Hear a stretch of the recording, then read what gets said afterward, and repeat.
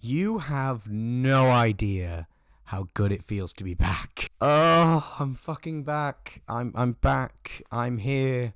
I'm talking about Doctor Who to 5 strangers. This is as good as it's gonna get. Do you hear me, Zim?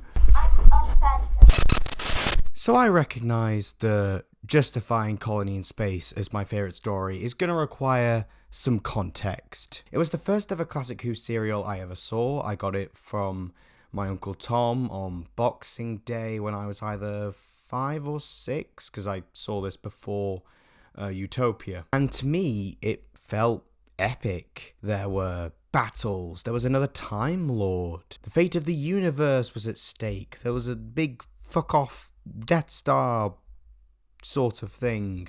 It was 6 parts. That felt huge to me. And then you watch it in the context of the dozens of 6-parters that surround it, and you take into the fact that it's very grey.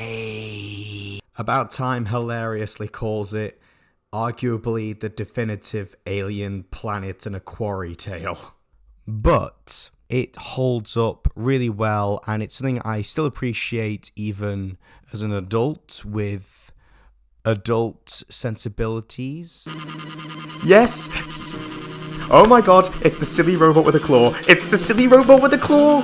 So let's talk about why the story fucks. I'm less of a proponent of the idea that more runtime automatically equals more fleshed out characters and more world building. I just don't think the proof is in the pudding with most of Classic Who. But what I think Colony in Space excels at is how it goes about writing its guest cast. While Classic Who could have some phenomenal guest casts, they weren't always the sharpest characters. They're characterized in terms of the role that they play in the society they're in. Are they a scientist? Are they a leader? And then they're either characterized in how much they get along with the Doctor, how much they trust the Doctor. TARDIS Hereditorum points out that in Colony in Space, the characters are often motivated by ideology. Winton believes in violent revolution. He believes that fighting IMC, declaring themselves as an independent republic by force, is the only way they're going to get anything done. Whereas Ash is more of a diplomat, and he prefers to work within the law. According to interplanetary law, we can appeal. He's scared that violence makes them look like criminals. As such, they're naturally poised for conflict with each other, and I find it really compelling drama to watch. We're not going to start a war. Now look, Robert.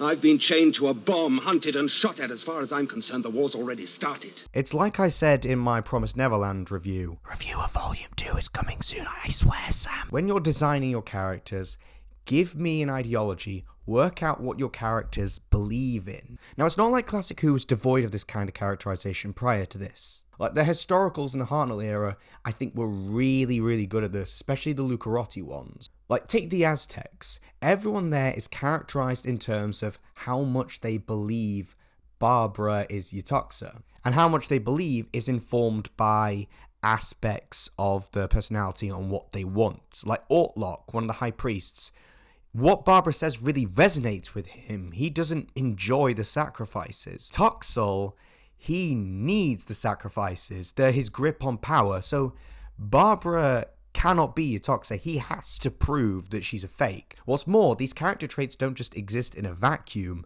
The story is about these traits. Colony in Space is about the ideologies of its characters. And that brings us on to IMC. A cast of villains just as fleshed out as the good guys. Like, this isn't something we always manage in Doctor Who. Like, even take the Silurians, Hulk's last story. We have the Silurian that wants peaceful coexistence with the human race. We have the Silurian who just wants to wipe the human race out. And then we have the third Silurian. I think it helps that IMC are all human characters, and it just lets the actors do whatever they want. Like, I couldn't picture Dent without his cold stone delivery. Then there'll be rebels, and we know how to deal with rebels. IMC stares out of his eyes. He is a corporation as person, and a real Gus Fring type. There's all sorts of horrific details about him, I think, in the novel. What what promotion would mean for him after this. His wife and child would get replaced with a better wife and child. Morgan is just a thug, jumped up, childish little thug who's perfectly fine with getting his hands dirty. They found me, they started shooting. What was I supposed to do, let myself get killed? And then you have Caldwell, who IMC just have by the short and curlies. If he doesn't help out with this, he gets blacklisted. And he's not an innocent. He's willing to scare off the colonists. He's still willing to go along with it for the most part. But he draws the line at killing. He does have a conscience. I'm not one of Dent's killers. I'm a miner. And there's so many little touches to them that make them feel real. Like Dent saying goodbye to Ash, or when they're celebrating after the tribunal goes away. It's a gorgeous little scene where they're just drinking wine and the actors kind of play it up like they're a little bit tipsy. And yeah, this is kind of simplistic as well. Agriculture and mining aren't really mutually exclusive, but the conflict between, say, Winton and Ash isn't so clear-cut. Like, Winton is proven to be in the right by the end, because his approach is the only one left standing, but there's setbacks. Things don't always go right for the colonists. For a story about the fate of the universe, this actually has quite personal and quite low-key stakes. It's really simple and easy to get behind. Ash and the rest of them have invested their whole lives into this. All their savings went into it, and they're just trying to build a better life for themselves. Easily more relatable and easier to connect to than a bunch of scientists running about computers, describing stuff that we can't possibly see or stuff that's going wrong with their technology. Something that I think also helps here is the Doctor doesn't really weigh in on the conflict between Ash and Winton. If I can't stop you, I must help you. Oh, yes. How? By helping you devise a less idiotic plan of attack. Like, compare it to the Ice Warriors, we know whose side that story is going to take, because it's the side the Doctor takes. The Doctor thinks Penley is right, then Penley is right. Patrick Troughton is never wrong. I find the Doctor actually really interesting here. A lot of reviews have pointed out that it's not the most original thing in the world. About Time kind of criticizes its lack of originality, whereas Elizabeth Sandifer argues that it's quite self-consciously retro. It's a Hartnell story updated. And that applies to the dynamic of the Doctor and Companion in this one. Their interactions feel a lot reminiscent of Ian and the Doctor in the Daleks, with the Doctor being a bit more selfish and wanting to explore, and even just a little bit manipulative of Jo. I really like how the Doctor's frustrations with being trapped on Earth are being vented here, and both Manning and Pertwee play this really well. Don't you want to set foot on another world? Well, yes, I do, but I... Good. Also, this is the best Delgado story. Yep. Move out of the way, Terror of the Autons. Get out of here, Daemons. This is as good as it ever gets for classic series Master. Because let's be real, does any quote sum up the Master better than Delgado yelling, We could be gods! You must have been like God. Like the rest of the characters, the Master is given an ideology. One must rule or serve. That is the basic law of life. I've always said before that the Master's power is that he's good with people. He's a manipulator. Talking of credentials, might we see yours? Don't be absurd. I understand this man is not one of your colonists. Oh, no, he just arrived here. Does anybody know who he is? Where he came from? Has he, in fact, given a proper account of himself? Exactly. This scene in episode 5, it's different from instances in, say, season 4 or season 5, where characters distrusted the Doctor. Because it's not merely a delaying tactic. This story merrily skips by the Doctor being captured by the colonists at the start. It's not long before Ash is listening to the Doctor. There's usually not any drama in, say, a base commander not trusting the Doctor, because, well, we know the Doctor is the good guy, so we're just kind of waiting for them to catch up with us. Instead, the distrust scene is happening in the latter half of the story, so For one thing, it's more of a sense of a betrayal. We're not just waiting for the point where the Doctor will be allowed to resolve the plot. The point here is, it demonstrates an advantage that the Master has over the Doctor, because he's willing to play the game that the Doctor isn't. The Doctor keeps dismissing IDs as, petty bureaucracy, stuff he can't really be bothered with. I went to get a new passport, queued for 2 hours, got to the front of the queue, and they said, sorry, you can't use this photo, it's not valid. Why? Your face is too big. My face is normal. It's normal size, bit of a beaky nose, but I can't stab someone with that. And that's actually kind of a failing of his in this story. The Brigadier isn't just going to vouch for him this time. He's on his own. The Doctor's arrogance has kind of given the Master the upper hand. It's something that the best Master stories should do, in my opinion. We're both Time Lords. We're both renegades. We could be masters of the galaxy. What I also like is that Pertwee considers it for a hot second, which, at the risk of sounding like a Wilderness Years fan, I do actually buy from the Third Doctor. Power for good. You could reign benevolently. All those people suffering in the Dalek camps, now you can save them. You could end war, suffering, disease. All those bad guys winning all the wars, go and get the good guys back. We could save the universe. No. Absolute power is evil. Hey, it might even beat trying to convince the Brigadier to listen to him.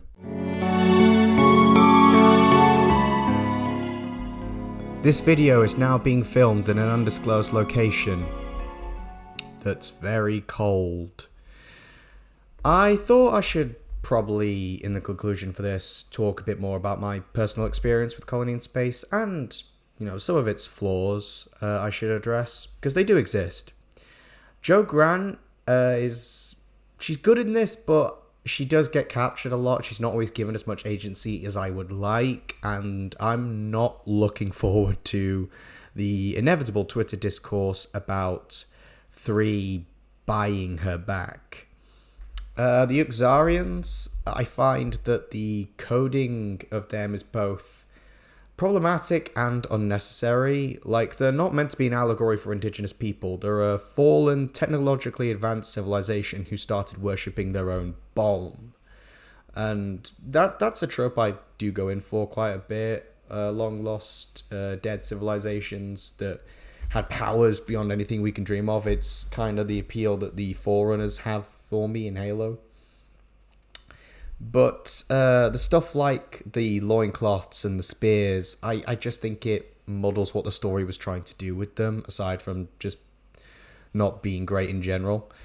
But aside from all this is my favourite story of all time. This is my Doctor Who. It's about something. Yeah, it's also camp and it's silly. It's got robots and lizards, and it's got personal stakes and galaxy-spanning stakes. And yeah, I should probably be upfront with something else. My Uncle Tom, who got me this, he died a few years ago, and the story has kind of become a ritual for me ever since. I watch it every year around the time he died, and it's become my way of, telling him he's not forgotten, because to my shame, I didn't get to know him as well as I should have done. I didn't appreciate him while he was here. So I am grateful to this story for kind of giving me a second chance in a way. That's why I couldn't make this a worst episode ever. I can't even have Parody Ben ribbit sarcastically. This is sacred territory, so tread lightly, comment section. Like many Doctor Who fans, I think of something Rob Shearman once said. He talks about everyone having their own right order for art. You've got to experience something in the right order for you, not necessarily the order in, like, say, things came out.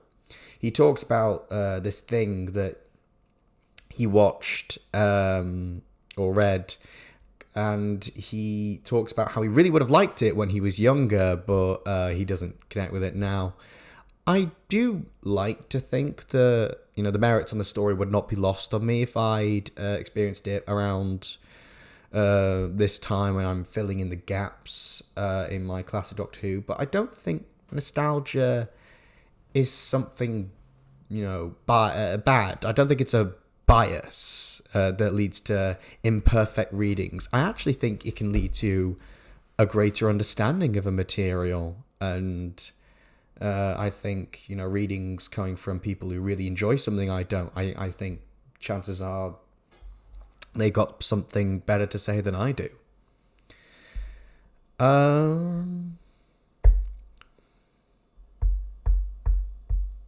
There was something else I was going to mention.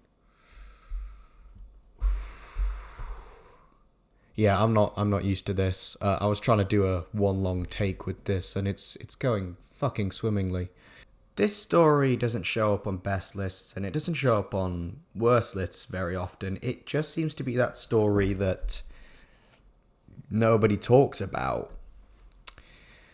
And I don't want to say being a contrarian is fun, like it actually leads to headaches online quite often, but I do appreciate that not many people would claim this story as their favorite, and so in a weird way it gets to be mine. Like, it gets to be my personal special favorite that's just exclusive for me.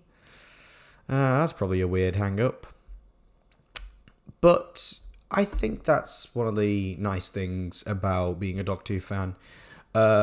Worst episode ever, part of the kind of point with it is every story is the worst to someone out there. Whereas the same can be true for the opposite. And everyone has the favourite story, and every story out there is someone somewhere's favourite. And I think that's the best thing about Doctor Who.